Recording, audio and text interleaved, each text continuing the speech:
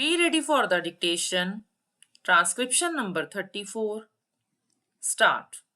Mr.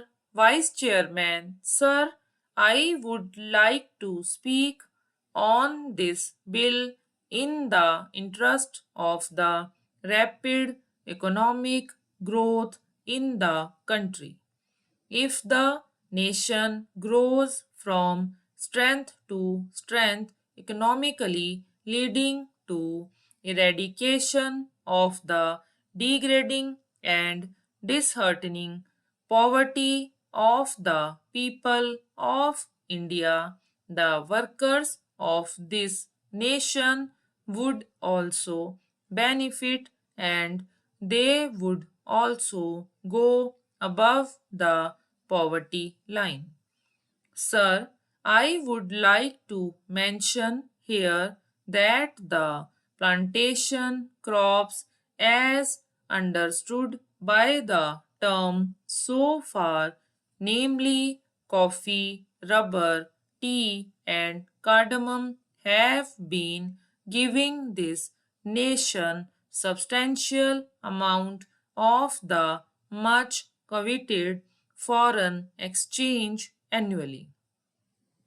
It must be noted that coffee exports alone have given our country during the last 5 years over rupees 1000 crores in foreign exchange by way of export earnings and export duties. I must also bring to the attention of this House that the famed tea industry in India today has become a sick industry affecting lakhs of workers and the tea planters. Sir, we ought to know that in the agricultural sector, the plantation labor is the best organized one and is getting nearly the same treatment, facilities, and amenities like the industrial labor. Sir, coming from a plantation district of Karnataka, I sincerely agree that the welfare measures provided in the Act must be faithfully implemented and strictly enforced.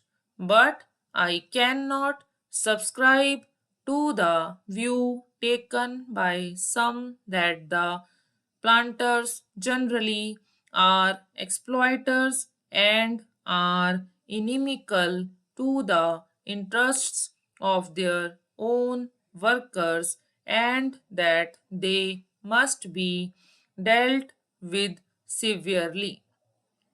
Sir, most of the planters of today are educated and they know that contented labor is conducive to productivity and peace in the estates and therefore would like to provide all the welfare measures and amenities to the workers.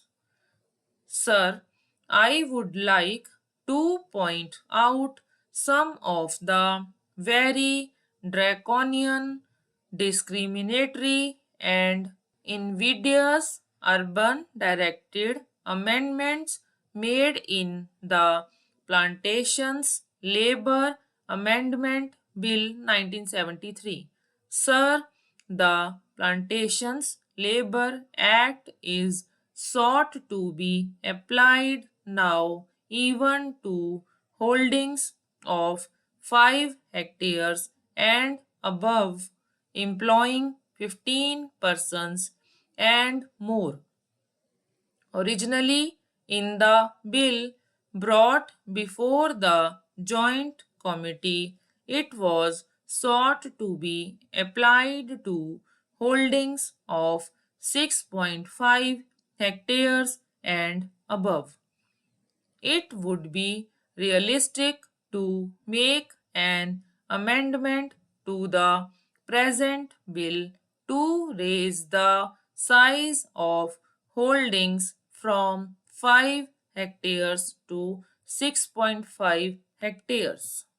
Sir, we must bear in mind the economic viability of small plantations of 5 hectares and the financial capacity of the small planters to fulfill the obligations cast on them to provide housing and crèche facilities. Those small planters, in some cases, are unable to provide themselves with houses and medical care as good as those intended for their workers in the bill.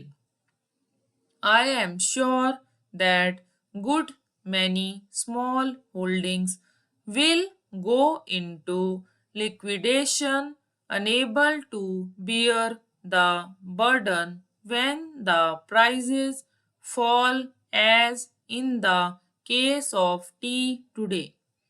I would emphatically say that Clause 13 is not only draconian but discriminatory, and it is most harsh and killing to the farming community of India, whose hands feed and clothe the people, poor and rich. Sir, I strongly feel that the punishment with both compulsory fine and imprisonment is too severe for violation of a welfare legislation covered by the Act. For economic reasons and financial incapacity, the debt ridden employer, particularly a small holder, may be unable to discharge the obligations such as providing type design houses, crèches, medical facilities, etc. In such cases, there is no point in sending the landholder to jail and collecting a fine from him for every day of default.